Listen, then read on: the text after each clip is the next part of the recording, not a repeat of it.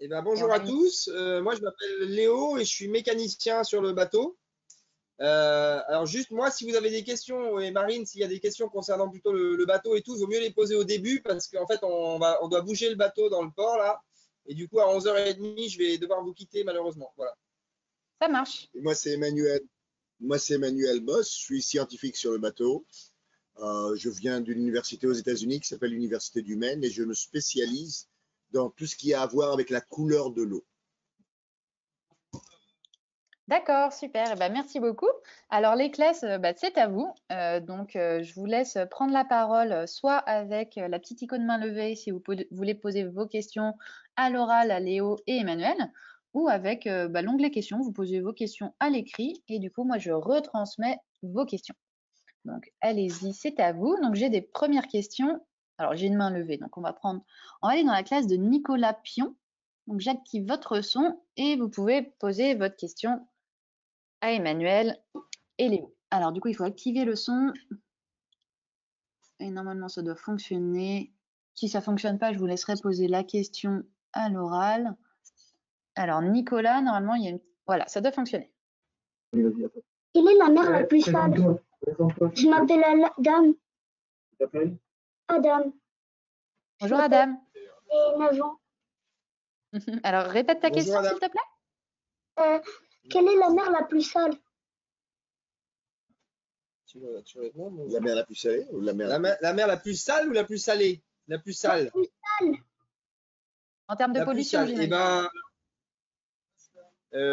je sais que dans les océans, il y a ce qu'on appelle des gyres. Donc, il y a des endroits où en fait les grands courants océaniques font des grands tourbillons, mais des tourbillons à l'échelle de plusieurs fois la France, et qu'à ces endroits-là, ça tend à concentrer les plastiques. Donc, c'est ce que certains appellent les continents de plastique. Donc, en fait, c'est pas un continent, on ne peut pas marcher dessus, mais c'est très concentré. Ça fait une espèce comme une soupe où il y aurait plein de gros et de tout petits déchets. Donc ça, c'est dans les océans principaux. Et sinon, par exemple, la Méditerranée, qui est une mer fermée, en fait, la Méditerranée, elle ne communique avec le reste des eaux mondiales que par le détroit de Gibraltar, qui est tout petit. Donc, en fait, tout ce qui arrive comme déchets dans la Méditerranée, notamment par les fleuves, donc nous, il y a le Rhône en France, mais il peut y avoir le Nil en Égypte, ou tous les grands fleuves, en fait, ça reste, ça se concentre dans la Méditerranée. Donc, je crois savoir que la Méditerranée est une mer très sale. Il faut aussi ne pas exagérer. C'est tant sale que c'est quand on va se baigner dedans, on s'amuse bien. Donc oui, c'est plus sale que d'autres océans. Mais encore, les océans et la Méditerranée sont des endroits où on peut bien s'amuser malgré le fait qu'il y a de la pollution. Ok, merci pour cette précision. Et merci à vous. Alors, on va aller à Laval, dans le collège APF SEM. Alors, j'active votre micro et on vous écoute. Bonjour Auguste. Attends. Bonjour, je m'appelle Auguste. Bonjour, je m'appelle Auguste. J'ai 15 ans et voilà. Combien de temps? Bonjour Auguste. Combien de temps? Bonjour, Auguste. Combien de temps le plastique il vit dans le plastique il vit dans l'eau? Combien de temps le plastique il vit dans l'eau? Ça dépend du genre de plastique, mais ça peut être des centaines d'années. Souvent, après plusieurs années, ils se retrouvent sur des plages parce qu'ils flottent. Il y en a beaucoup qui flottent. Ceux qui flottent pas descendent en profondeur et ceux-là probablement vont rester pendant des centaines d'années sans décomposer. Ceux de la surface se décomposent à cause de l'irradiation par les rayons ultraviolets qui abîment tout, inclus le plastique, et le cassent en petits morceaux. Et ce qui flotte a tendance de finir sur les plages. D'accord, merci. J'espère que ça répond à ta question, Auguste. On avait une deuxième question. Alors, est-ce que je vous donnerai la parole juste après? Comme j'ai beaucoup de classes, j'aimerais juste donner la parole à tout le monde pour que ce soit plus équitable. Je reviendrai après. Merci. Alors, on va aller dans la classe de Leïla Fassifiri. Alors, voilà. Je vous active votre son. Bonjour. je m'appelle Hélène, j'habite au Maroc. Alors, désolé, je viens de vous couper le son. Il y avait un gros Larsen, donc on va retenter. Voilà, alors désolé, est-ce que là ça fonctionne? Oui. Oui, alors bah vas-y, je te laisse te présenter, parle bien fort et près du micro, s'il te plaît. Je m'appelle Zeynep, j'habite au Maroc, je suis en CM2 et j'aimerais vous poser une question que je me demandais. Très bien, on t'écoute. Est-ce que vous avez déjà eu un accident en bateau le soir à cause des grosses vagues? Alors, bah, c'est une bonne question. Bah, moi, en tout cas, j'ai jamais eu d'accident, heureusement, en bateau, ni le soir, ni avec des grosses vagues. Il faut savoir que Tara, c'est un bateau qui a été conçu pour les latitudes extrêmes, donc à des endroits où il y a beaucoup, beaucoup de vent. Donc, en fait, c'est un bateau qui a été, dès le départ, pensé très, très solide. Et du coup, en fait, tant qu'on n'est pas près de la côte où il peut y avoir des cailloux. En fait, le danger, c'est vraiment les cailloux ou les autres bateaux. Mais en mer, même si la mer est très grosse, qu'il y a beaucoup de vent, finalement, bah, on met une toute petite voile et puis on fuit devant la tempête. Donc, on ne se sent pas en danger quand il y a beaucoup de vent et que la mer est mauvaise. Et aussi maintenant, avec les prévisions météo qui deviennent de mieux en mieux, si on sait qu'il y a une énorme tempête qui va arriver, on fait de sorte de l'éviter, si on peut. D'accord, merci beaucoup. J'espère que ça répond à ta question. Alors, j'ai une question maintenant de Jules. Hop, dans la classe de Marie-Noël Lamar, ils n'ont pas de micro, donc je pose leurs questions à leur place. Alors, combien de mètres carrés fait le bateau?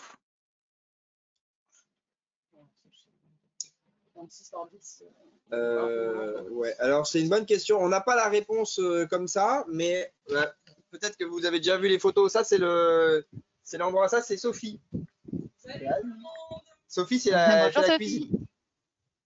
Donc en fait, bah, ici, c'est comme un petit appartement. Cet espace, il fait peut-être 30 mètres carrés, 40 mètres carrés. Et puis, il y a peut-être que le bateau, en tout, il doit faire 120 ou 130 mètres carrés, quoi. Après, il y a toutes les cabines, il y a les espaces techniques, les machines. Voilà. C'est comme un grand appartement où toutes les choses sont bien organisées, où il y a beaucoup, beaucoup de choses rangées un peu partout. Super, merci beaucoup. C'est un loft. D'accord, un loft flottant, c'est ça. Alors, on va aller dans la classe de Virginie Doba. Donc, Virginie, j'active votre son. Et vous pouvez poser votre question à Emmanuel et Léo. Alors, Virginie, est-ce que ça fonctionne? Oui, on vous entend. On vous écoute. Bonjour, je m'appelle Céleste. Avez-vous parfois le mal de mer? Très bonne question, Céleste. Très bonne question, Céleste. Et oui. Enfin, il y a certaines personnes qui n'ont pas le mal de mer parce qu'ils sont vraiment très habitués et puis ça fait longtemps. Et puis il y en a d'autres qui ont le mal de mer. Et souvent, on ne peut même pas prédire des gens qui n'ont jamais eu le mal de mer un certain jour parce qu'ils se sentent un peu mal. Ça dépend, voilà, ça peut dépendre de l'habitude, de la fatigue, de l'état d'esprit.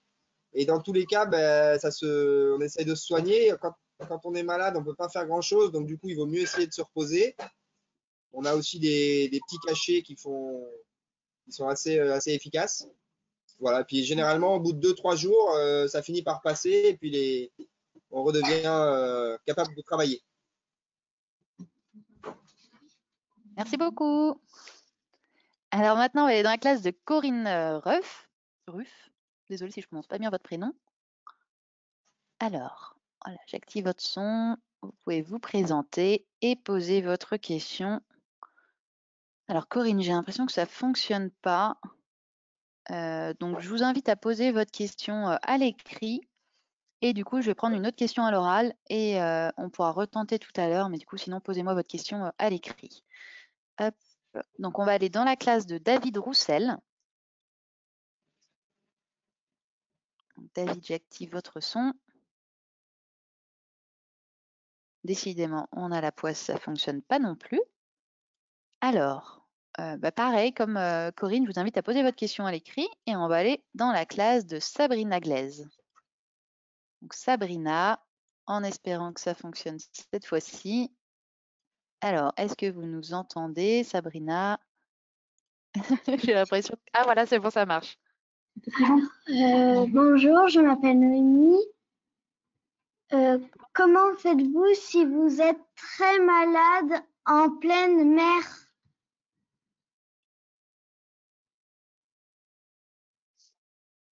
Alors, Léo, Tu veux vous... répondre?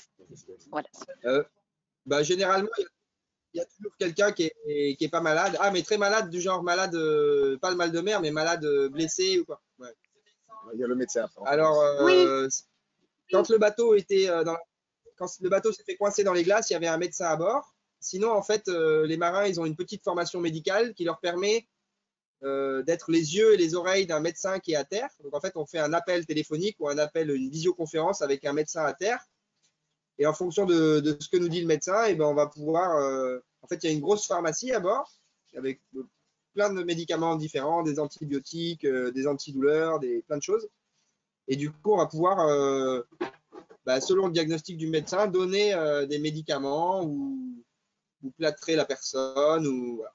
Et si vraiment c'est grave, dans tous les cas, on se déroute le plus rapidement possible vers un port et on évacue la personne, sûrement par hélicoptère, pour que la personne se fasse soigner dans un vrai hôpital. Super, merci beaucoup. Alors, je vais prendre une question de la classe de Wilfried Gauvin. J'ai l'impression qu'ils n'ont pas de micro.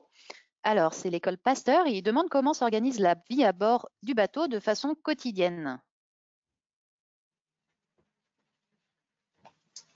Alors, la vie à bord du bateau, ce qui est bien, c'est que sur ce bateau, c'est une organisation assez horizontale.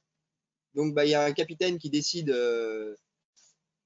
des grandes choses pour le bateau, mais sinon, tout le monde participe à la vie commune. Donc, tout le monde a son tour de ménage, de nettoyage des toilettes, de service à table, etc. etc.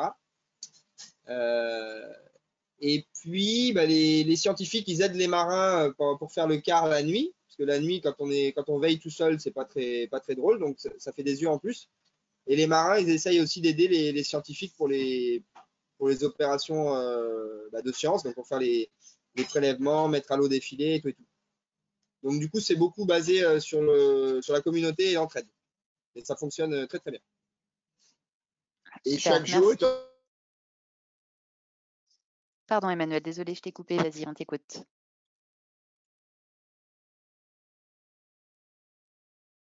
Alors, j'ai l'impression qu'on... Alors Emmanuel, on t'a perdu. Chaque jour, ça dépend aussi de ce qu'on fait ce jour-là. Les stations. Alors Emmanuel, là, je on sais est pas en train si tu de m'entends. bouger justement, c'est pour ça que vous avez probablement perdu. Oui, voilà, ça a coupé. Moi, je exactement. C'est bon. Eh ben, je veux bien que tu répètes si ça te dérange pas, parce qu'on t'a coupé et du coup, on n'a pas entendu ta réponse. Oui, ça fonctionne, là, c'est bon. Superbe.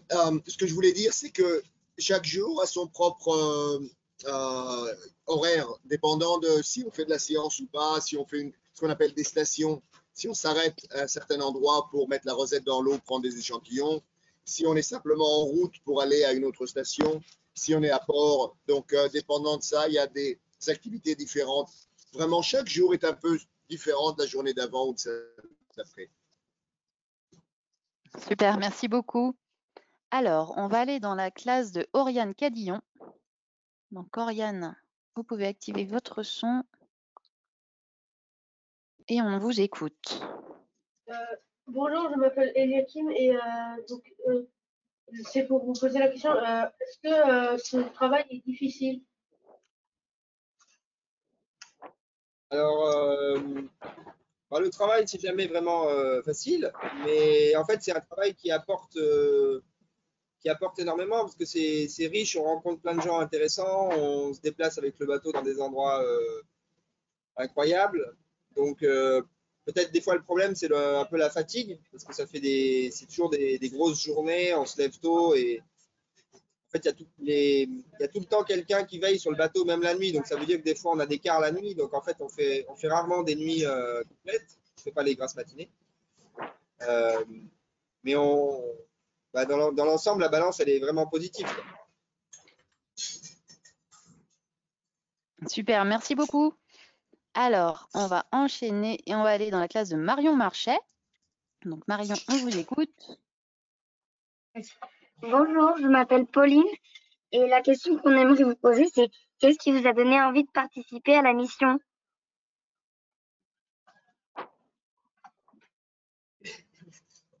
Bonjour Polly. Ce qui est extraordinaire avec ce bateau, d'abord, c'est qu'il arrive à des endroits très intéressants, comme vous a dit Léo, donc ce qui est très attirant. L'autre, c'est le fait qu'il n'arrête pas pendant 2 ans d'aller d'un endroit à l'autre. Donc il y a beaucoup d'échantillons pour les scientifiques qui sont comparables, et donc on peut les comparer de ce qu'on voit par exemple en Afrique par rapport à ce qu'on a vu en Amérique du Sud, et qui était prélevé de la même manière. C'est très différent de l'océanographie habituelle, où les bateaux vont pour un mois, et les méthodes sont peut-être pas comparables à ce qui se fait sur le même bateau avec une autre équipe le mois d'après.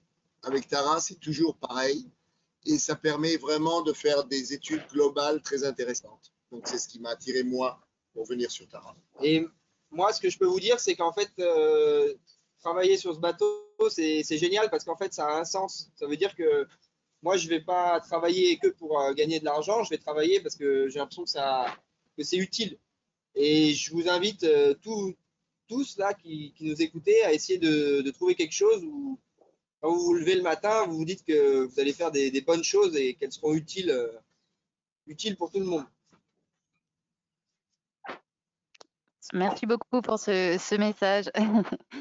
Alors, on va aller à Rabat au Maroc, dans la classe de CM2C de l'école Paul Cézanne. Donc, j'active votre son à Rabat au Maroc et on vous écoute. Alors, le micro est vert, normalement ça doit marcher. Vous nous entendez?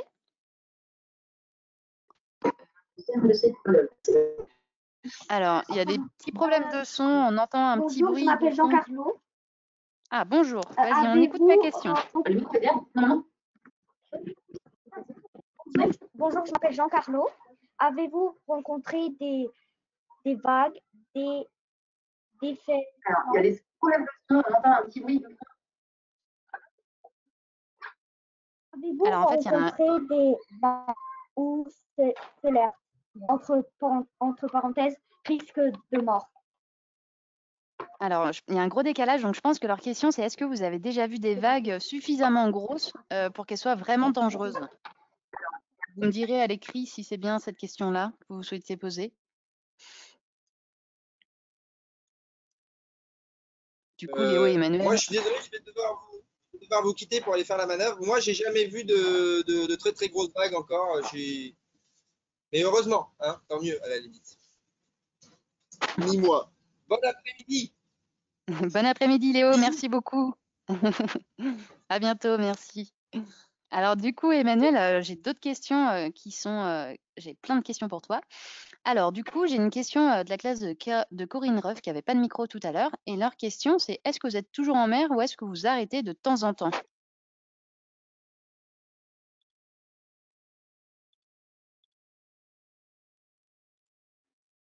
Alors, Emmanuel, est-ce que tu m'entends? Je ne t'entends plus. D'habitude, le longueur de...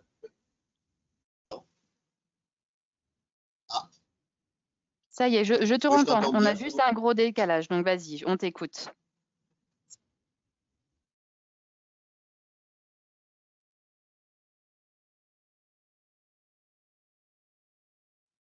Alors là, par contre, En moyenne, le bateau est en mer de l'ordre de grandeur de 2-3 semaines entre escales.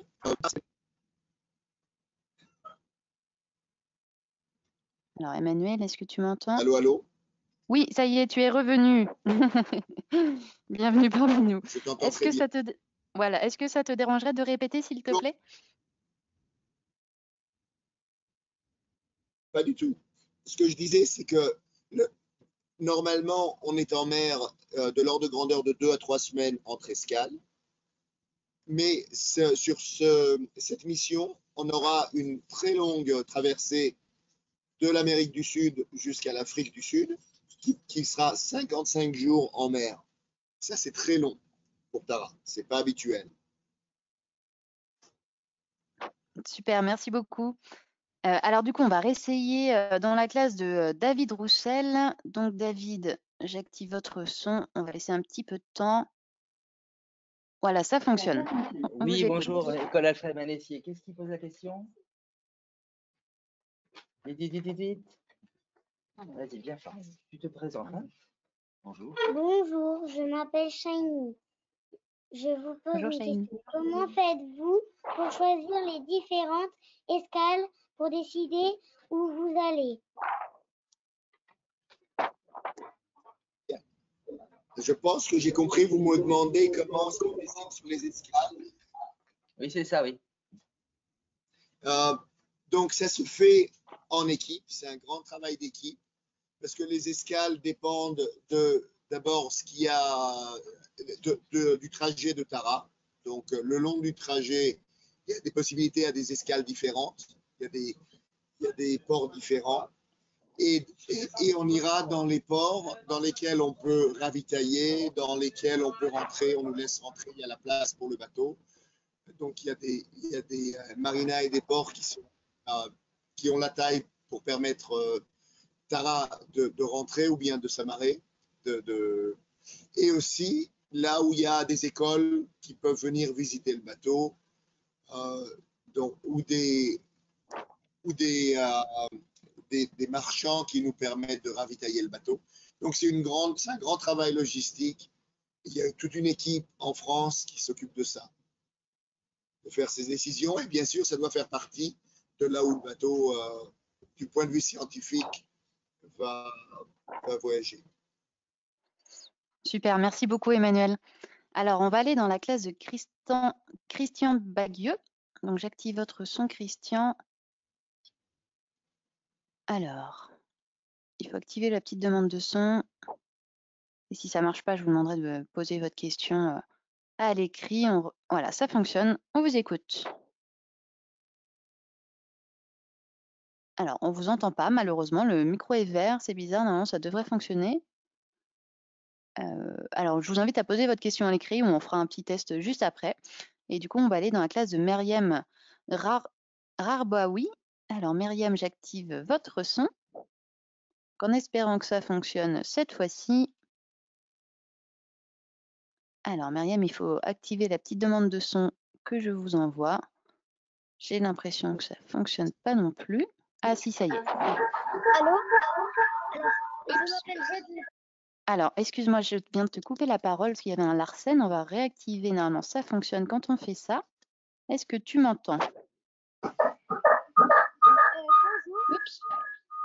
Alors, je ne sais pas si vous êtes plusieurs dans la salle ou plusieurs classes les unes à côté des autres. Généralement, il faut bien couper les micros pour pas que ça fasse un Larsen. Moi, en tout cas, ça fait un Larsen de mon côté. On retente.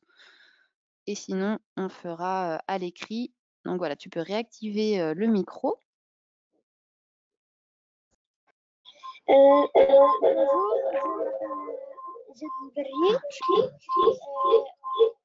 Je suis désolée, ça fait un gros Larsen. Donc, je t'invite à poser ta question à l'écrit. Je suis vraiment désolée. En fait, on n'entend pas. Ça fait un gros bruit derrière. Je suis vraiment désolée. Alors, du coup, on va prendre... Hop. On va donner la parole à la classe de Muriel Gamla. Donc, Muriel, j'active votre son.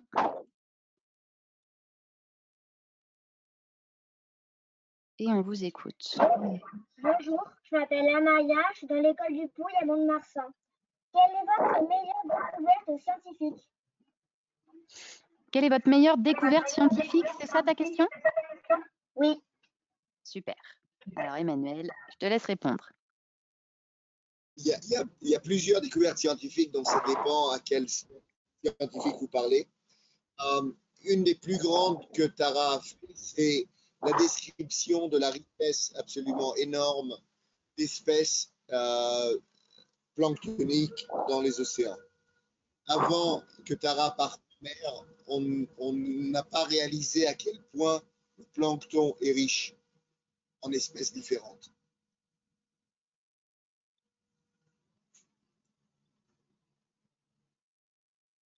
Est-ce que ça répond à votre question? Alors, je pense qu'on a loupé la fin de ta question. La fin de ta réponse, Emmanuel, pardon. alors je vais répliquer. Tara a pu démontrer la richesse planctonique qui n'était pas connue avant que Tara est partie en mer. Ce qui est énorme. C'est très important de savoir quelles sont les espèces qu'on a dans les océans. Super, merci beaucoup. Alors du coup, je vais prendre la question à l'écrit donc de la classe de Jade. Donc tout à l'heure, ça marchait pas au Maroc, à Rabat. Et sa question, c'est quelles sont les espèces les plus en danger à cause de la pollution?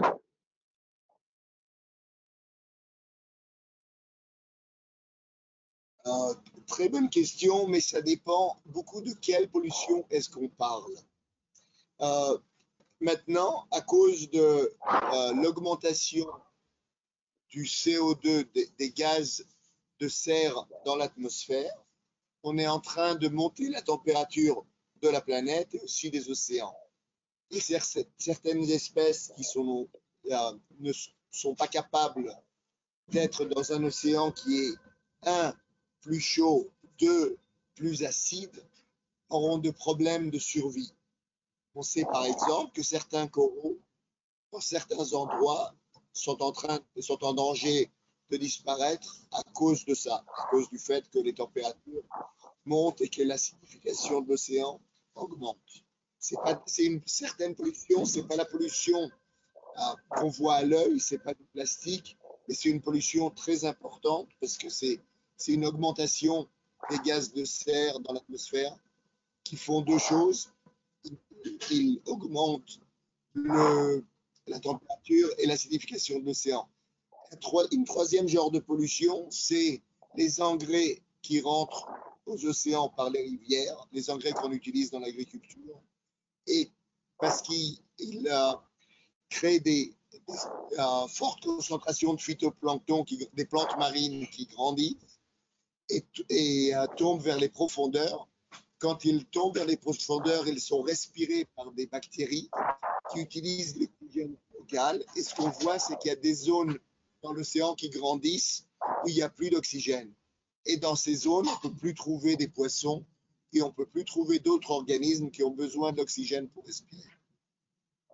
Ça, c'est une troisième pollution très importante qui s'appelle l'eutrification des océans. Super, merci beaucoup Emmanuel pour ta réponse bien précise. Alors du coup, les élèves, je vous invite on va faire un petit quiz. Alors, donc vous allez pouvoir aller sur le site qui va s'afficher dès à présent à l'écran. Alors, quand le petit carré gris sera parti, donc en haut de l'écran, donc les enseignants, les enseignantes, je vous invite à aller soit sur un nouvel onglet de votre navigateur internet, soit sur le téléphone, comme vous préférez. Donc sur le site www.menti.com, menti.com, et on va vous demander de rentrer un code. Et donc c'est le code qui s'affiche à l'écran, le 10 52 20 04. Et donc, une fois que vous aurez rentré le code 10 52 20 04 sur le site menti.com, vous allez tomber sur un petit quiz. Et donc, on va avoir plusieurs questions. Et donc, la première, c'est où se situe votre école ou votre collège? Donc, vous voyez qu'on a une carte qui est centrée sur la Méditerranée. Donc, on a tous les pays autour de la mer Méditerranée. Et donc là, vous allez avoir un petit point bleu qu'il va falloir bien positionner dès le premier coup. Parce que si vous ne positionnez pas bien dès le premier coup, après, on ne peut plus le bouger. Donc, du coup, essayez de bien positionner la première fois le petit point bleu. Donc alors, du coup, je répète, il faut aller sur le site www.menti.com et vous utilisez le code 10 52 20 04.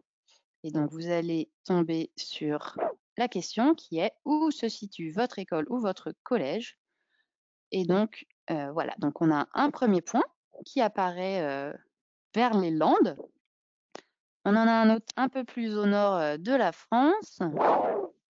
Alors, on a 2 votes un peu plus au nord de la France. On a un vote au Maroc. Alors, donc vous êtes une 20-25 classes connectées aujourd'hui, donc on va laisser le temps à tout le monde de se connecter. Alors, on voit qu'il y a 3 classes au Maroc. On en a 4 en France, 5 en France. Alors, dis donc, vous êtes beaucoup de classes au Maroc. Donc, vous êtes 4 au Maroc. Alors, on a 7 classes qui apparaissent en France. On en a 2 plutôt dans les Hauts-de-France, 3 plutôt plutôt dans l'ouest, alors autour, un petit peu plus à l'ouest de Paris. On en a 2 dans les Landes et on a 4 classes au Maroc. Alors pour celles et ceux qui sont en train de se connecter au petit quiz, donc il faut taper www.menti.com et rentrer le code 10 52 20 04. Donc alors on va laisser le temps, on a 11 classes qui ont voté pour l'instant, vous êtes plus du double, donc on va laisser un petit peu de temps pour que tout le monde se connecte. Alors on a un troisième, pardon, un troisième vote, une troisième classe qui s'est positionnée dans les Landes. Donc vous voyez, aujourd'hui, vous n'êtes que des classes qui participent à l'opération Éco-d'escale. Donc Emmanuel, c'est une opération pédagogique qui permet d'étudier le développement durable à travers les escales de Tara. Et donc aujourd'hui, il y a des classes de France et du Maroc. Et dans cette opération, on a également des classes au Liban, à La Réunion. On a également en Amérique du Sud, donc on a Chili, Uruguay, Argentine et Brésil. Donc il y a vraiment beaucoup de classes qui participent. Alors je vois que les votes sont stabilisés, donc on va aller à la question d'après. Et donc là, on va voir si vous avez bien entendu ce qu'ont dit Léo et Emmanuel. Donc où se trouve la goélette aujourd'hui? Donc c'est pareil, là il faut bien positionner le petit point bleu. Donc je vous laisse positionner le petit point bleu.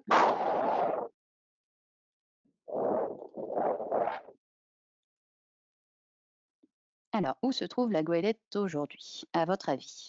Et on laissera Emmanuel nous donner la réponse finale. Donc, on a un premier point qui apparaît au Brésil. On en a un autre. Alors, on a un autre au Brésil un petit peu plus au sud, un autre qui est plus vers l'Argentine. Après, c'est difficile de placer le petit point bleu, donc il faut être indulgent. Donc, dans tous les cas, c'est en Amérique du Sud. Donc, on a 6 votes pour l'instant, 7 votes, 8 votes. Donc vous êtes tous, vous placez tous Tara à peu près au même endroit. Alors un nouveau point bleu au Brésil, un petit peu plus au nord cette fois-ci. Alors on va patienter un tout petit peu le temps que les dernières classes votent. Alors j'ai l'impression qu'il y a une petite moitié des participants qui n'arrivent pas à la positionner. Alors 12 votes. Bon, dans tous les cas, vous placez plutôt bien, j'ai l'impression, les points. Alors on a un point tout au nord de l'Amérique du Sud. Alors Emmanuel, est-ce que tu pourrais nous donner la réponse et nous dire à peu près vers où vous vous situez aujourd'hui? On se situe dans un endroit qui s'appelle Itajaí. C'est une ville du Brésil. Et ce qui est intéressant quand on est dans l'hémisphère sud, c'est que plus on va vers le sud, plus on va vers le froid. On a l'habitude dans l'hémisphère nord que pour aller au chaud, on va vers le sud. Pour aller au froid, on va vers le nord. Ici, c'est l'inverse. Plus on va vers le sud, plus on va vers le froid. Ça marche, merci pour la... Pardon. Une autre chose qui est très intéressante, c'est qu'ici, c'est le printemps, tandis que chez vous, c'est l'automne. C'est ça. Nous, il commence à faire un petit peu plus froid. Moi, là où j'habite, je commence à avoir de la neige. J'imagine que chez vous, à Itajaí, c'est pas la même chose. Pas la même chose du tout. Il doit faire 24 degrés et les journées se prolongent. Tandis qu'en France et au Maroc, elles se rétrécissent de longueur. C'est ça, exactement. Alors, on va passer à une autre question. Alors, à votre avis, combien est-ce qu'il y a de membres d'équipage sur Tara? Donc, il y a 3 options possibles. Donc, soit sur Tara, ils sont 10, soit ils sont 14, ou soit ils sont 18. Donc là, il faut voter pour la réponse qui vous semble la plus juste. Donc, à votre avis, combien est-ce qu'il y a de membres d'équipage sur Tara? Alors, à vos votes. Alors, on a 2 votes pour l'instant. Un pour 14 membres d'équipage. 2 classes pensent 3 classes, 4 classes. Oh, ça vote super vite. On a 4 classes qui pensent qu'il y a 18 membres à bord de Tara. 6 qui pensent qu'il y en a 14. Aucune qui pense qu'il y en a 10. Alors, on commence à avoir une petite majorité qui se dessine pour 8 votes. Alors, Emmanuel, est-ce que tu pourrais nous dire combien il y a de membres d'équipage sur Tara? Est-ce que c'est 14 ou est-ce que c'est 18?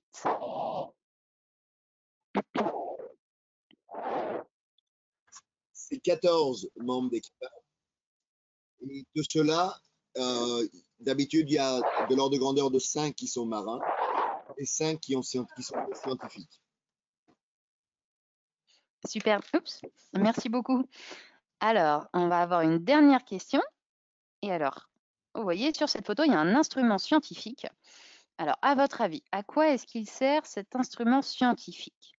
Est-ce qu'il sert à collecter du plastique ou à pêcher des poissons?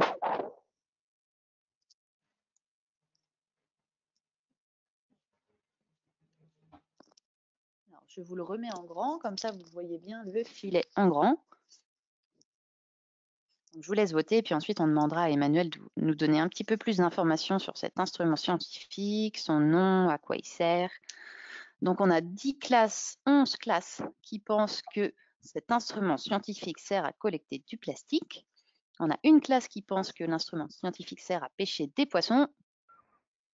Alors, les votes continuent à augmenter pour la première réponse. 14, il me semble qu'on était à 14 réponses tout à l'heure. Alors, Emmanuel, est-ce que tu pourrais nous donner la réponse, s'il te plaît?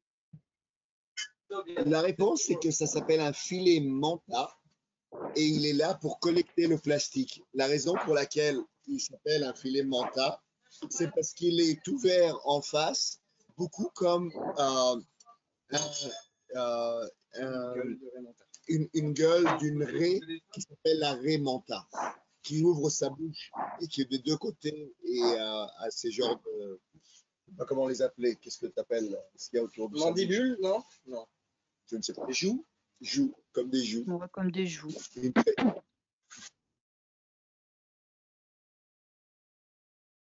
C'est ça, donc félicitations, vous avez presque tous eu bon, donc bravo à tous. Alors on va continuer maintenant avec les questions. Donc alors, on va retourner à nos classes. Donc, alors, Fatima, alors est-ce que je retrouve votre question? Fatima, voilà. Alors, Fatima, donc elle a une classe de CM2A à l'école Paul Cézanne au Maroc. Elle demande si vous allez faire une escale en Antarctique.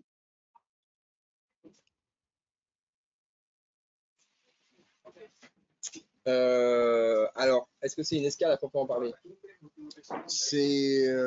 pense qu'il y a un changement d'équipage. Si on considère qu'un changement d'équipage, c'est une escale, oui, on va faire une escale en Antarctique. Mais si ça te demande d'avoir une classe qui vient à bord, la réponse est non. Il n'y a pas de classe qui viendront à bord en Antarctique. En Antarctique, en fait, il n'y a pas beaucoup de... C'est pas des ports comme on peut avoir sur nos continents ici. Souvent, il y a des bases.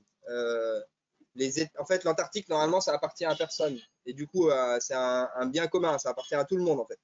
Du coup, les États, la France, les États-Unis, le Chili, ils ont des bases antarctiques avec des chercheurs qui sont dessus. Et du coup, c'est possible de faire relâche près de ces bases, mais c'est pas vraiment une escale non plus. D'accord, merci beaucoup. Et on ravitaille pas parce que c'est pas vraiment un endroit où on peut se ravitailler. On va pas faire des légumes frais et du gasoil en Antarctique. J'imagine. Alors, maintenant, on va aller dans la classe de Christian Baguieux. Donc, est-ce que ça fonctionne cette fois-ci?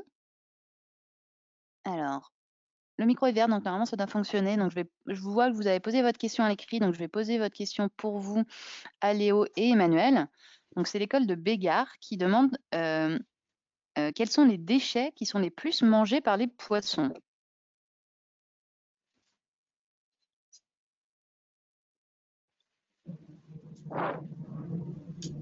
J'imagine que c'est le plastique parce qu'en fait, c'est très difficile de différencier un bout de plastique, un micro ou un sac plastique qui flotte. Ça ressemble beaucoup à s'y méprendre à une méduse. Donc, une tortue qui a pas forcément une très bonne vue et qui est programmée, entre guillemets, pour manger des méduses, elle va peut-être se tromper et manger du plastique, quoi. Je pense que c'est ça. Après, le problème de la pollution, c'est pas forcément la plus visible qui est la plus dangereuse non plus. Le plastique, on sait que ça a des mauvais effets parce que ça fixe les polluants, donc ça peut être les métaux lourds ou d'autres produits chimiques. Mais en fait, la pire pollution, c'est peut-être celle qu'on voit pas, celle avec les métaux lourds, celle avec les des perturbateurs endocriniens. Enfin, il y a d'autres soucis que uniquement les choses qui se voient, quoi. Voilà. Mais après, pour rester positif, la Terre, elle est aussi très résiliente. Ça veut dire que la nature, au final, elle se remet, elle arrive toujours à passer à autre chose, quoi. Super, Mais merci beaucoup. le plastique, Pardon, je suis désolée, on a un petit décalage. Je t'ai coupé la parole. non, Vas-y, tu peux continuer. bah, Ok, c'est ça juste marche. que finalement, il y a peut-être une partie du plastique qui sera enterrée et puis ça fera partie des sédiments du monde d'après. Et c'est pas la fin du monde non plus. Il faut rester optimiste dans notre vision, quoi. Ça marche. Alors, j'ai une question d'une autre école au Maroc, de la classe d'Hicham El Harari, qui demande en cas de tempête, qu'est-ce que vous faites? En cas de tempête, on ajuste. Si on peut changer si c'est une grande tempête et on le sait à l'avance, on va essayer de ne pas la rencontrer ou de rencontrer moins forte. Et souvent, il y a certaines manœuvres qu'on ne peut pas faire. Donc, on décide de rester à bord et pas faire ces manœuvres si l'océan est trop fort. Voilà. Ça Et marche. comme il a dit tout à l'heure, Manu, en fait, on a de quoi anticiper avec les bonnes prévisions météo. Donc, avant d'avoir le coup de vent très fort, on va se mettre avec le minimum de voile, de toile. Et puis après, on reste. Le pire du pire, ça serait de rester enfermé dans le bateau et attendre que ça passe, quoi. Ok, merci beaucoup. Alors, je vais prendre une question à l'écrit, ensuite on repassera aux questions à l'oral. Donc, c'est une question de Wilfried Gauvin qui demande quel type d'animaux vous avez croisés. Là, on vient de voir, il y a 2 jours, des ocres. Des orques dans l'eau. On a vu des tortues en Rio, dans le port. Souvent, on voit aussi beaucoup d'oiseaux marins. En fait, on peut être assez impressionné parce que des fois, on est en kilomètres, à plusieurs centaines de kilomètres des côtes, et il y a quand même des oiseaux assez nombreux. Donc, c'est des oiseaux qui vivent, à part peut-être qu'ils se reproduisent à terre, mais sinon, ils passent leur vie complète en mer, à voler, à se nourrir, en fait, et de temps en temps à se poser sur les. Tu veux leur parler de ce qu'on a vu hier soir? Ah ouais. Alors, là, on est au Brésil et hier soir, on a vu, je ne sais pas s'il y en a qui connaissent, des capybaras. Donc, ça n'a rien à voir avec la mer. C'est des espèces de gros. C'est entre un gros ragondin et une marmotte. C'est à la taille d'un chien. Voilà. Ça, c'était à terre. C'est à terre, mais ils nagent. On est 4 et ils sont rentrés dans l'eau dans la marina où on est amarré. J'ai pas de photo malheureusement des capybaras, je vous en aurais bien montré sinon. J'aimerais bien promener un capybara en laisse. Je trouvais ça marrant. Alors, on va retenter dans la classe de David Roussel. Donc, David, j'active votre son.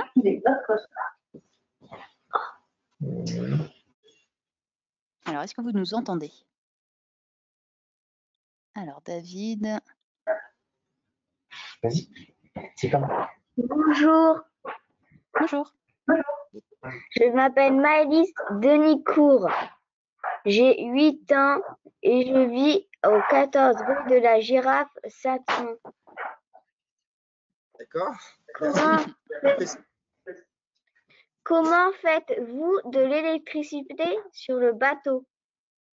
Alors ça, c'est une question pour moi.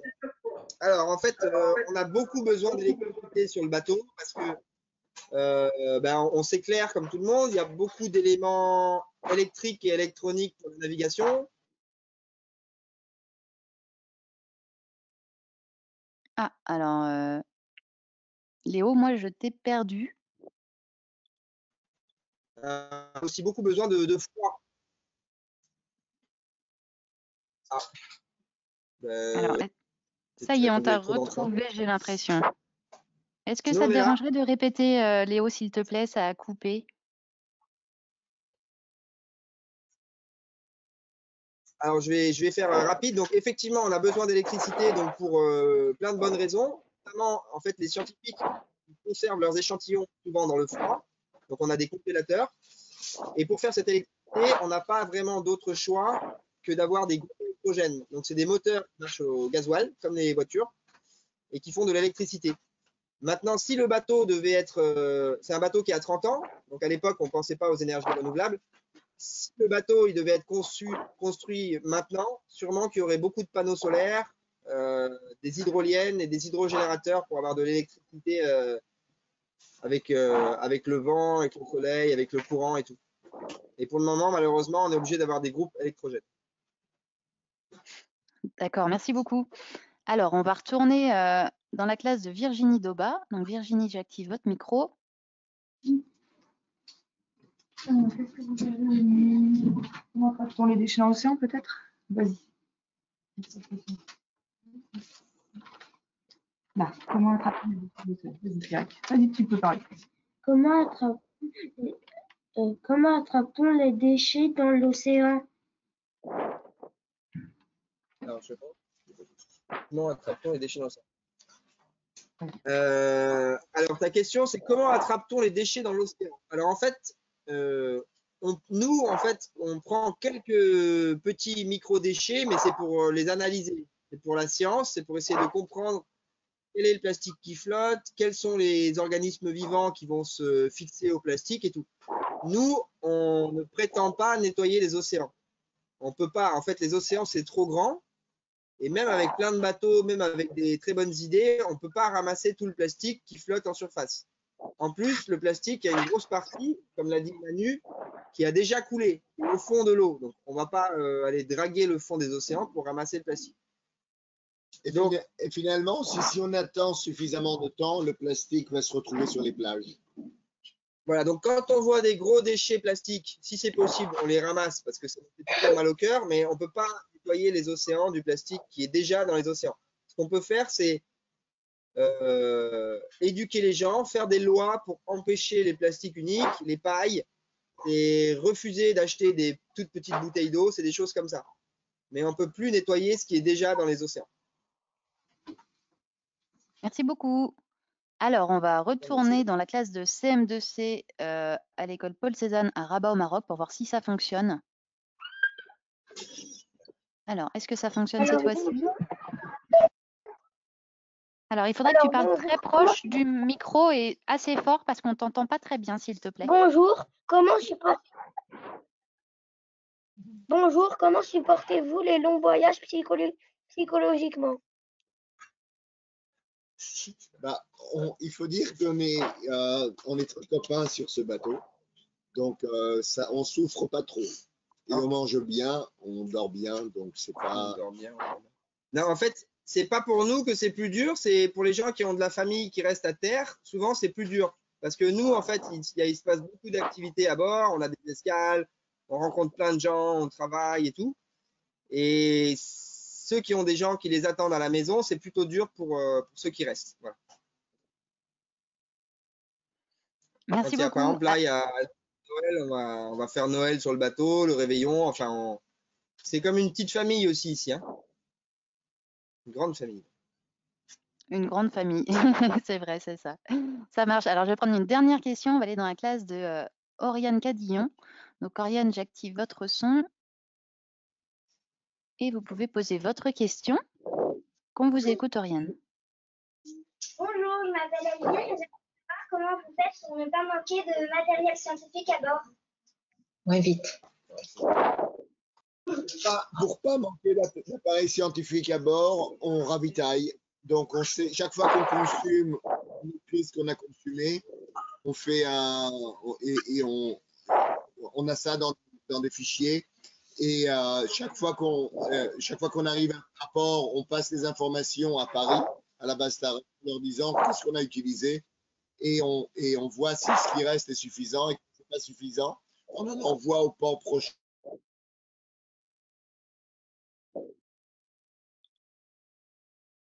Merci. Merci à vous. Alors, il reste énormément. Beaucoup de logistique, en fait, autour du bateau. Voilà.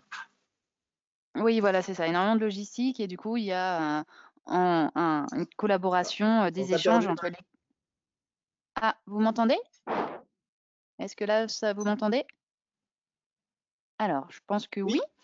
Oui, ok, super. Désolée, j'ai pas une très bonne connexion.